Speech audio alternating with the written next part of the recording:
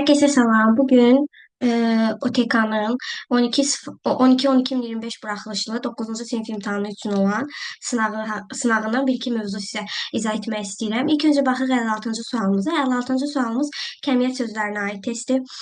Baxırıq nöqtədən sonra gələn ismimizə. Bu tip testlərdə belə edirik. Əgər ismimiz cəmdədirsə, o zaman biz few, a few, many və ya a lot of. Yox, əgər ismimiz sayılmayan tək isimdirsə, o zaman ya little, ya a little, ya much, ya da a lot of qoyuruq. İndi baxırıq ismimizə, ismimiz görürəm ki, cəmdədir. Deməli, bizə lazımdır sayılan cəm isimlərlə işlədilən kəmiyyət sözləri. Bu da olacaq 2-də a few, 3-də a lot of. Cavabımız isə olur 2 və 3, yəni A variantı. Keçid edirik 57-ci sualımıza. 57-ci sualımızda sinonim istəyir bizdən. Sinonim bilirsiniz yəqin ki, yaxın mənalı sualdır, yaxın mənalı deməkdir. Baxıram relationship sözünə. Relationship'in mənası əlaqə deməkdir. Bizə lazımdır ki, əlaqə sözünə yaxın mənalı bir söz tapaq.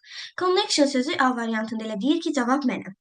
Connection əlaqə deməkdir. Ona görə götürürük connection sözünü. Amma digər sözlərin də tərcümələrini istəyirəm deyim. Argument.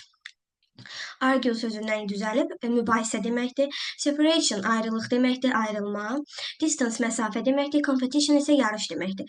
Düzgün cavabımız olacaq burada A variantı. Keçid edirik 58-ci suala. 58-ci sualda bizdə bu verilən definition'ın, açıqlamanın düzgün cavabını, yəni sözü istəyir. Deyir ki, feeling sure about yourself and believing you can do things well. Deyir, özün haqqında əminsən və inanırsan ki, yaxşı şeylər edə biləcəksən. Burada olacaq özünə əminlik, yəni özünə güvənmək. Bu da olur confidence.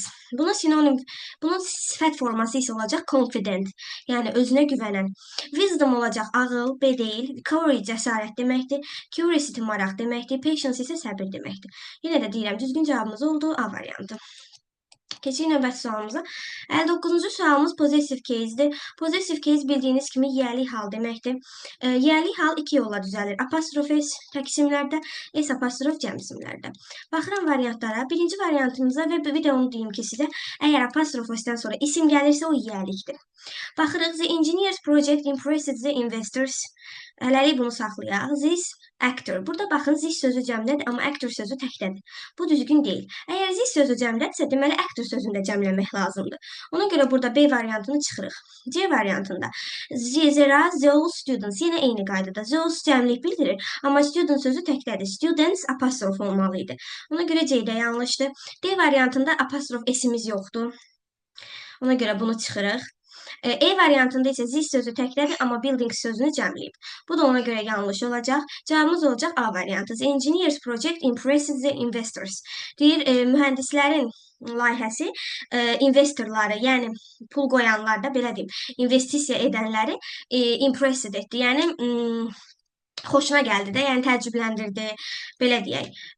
Cavabımız olacaq A variantı. 60-cı tip sual da eynidir, ona görə onu izah etməyəcəm. 62-ci suala baxaq. 62-ci sualda deyir ki, the Nile is ...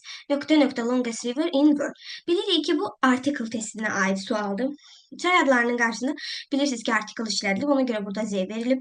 Nöqtədən sonra gələn sözə baxanda görürük ki, longest sifətin üstünlük dərəcəsidir. Və biz də demişik ki, sifətin üstünlük dərəcəsi ilə biz işlədirik Z-ni.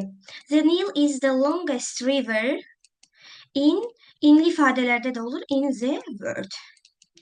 Yəni Z, o da olacaq C variantında.